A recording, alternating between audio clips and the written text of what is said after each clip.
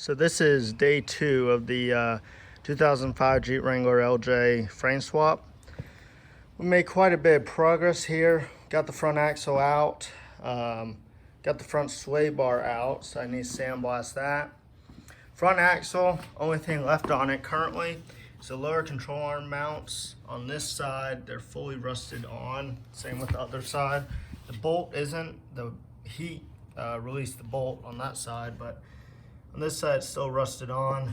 So we're gonna let it sit for about a week, constantly spray PV blaster on it. Otherwise it was fairly simple. However, on this side, the upper control arm, I had to sawzall the bolt off.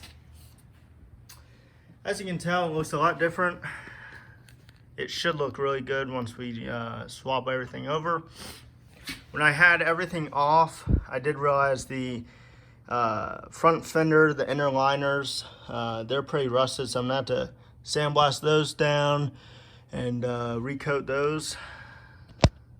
As you can tell, front driveshaft was also a pain to get off.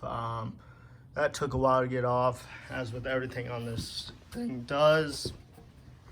As we go around here, up here, the tie rod and where the pitman arm are, finally got that off.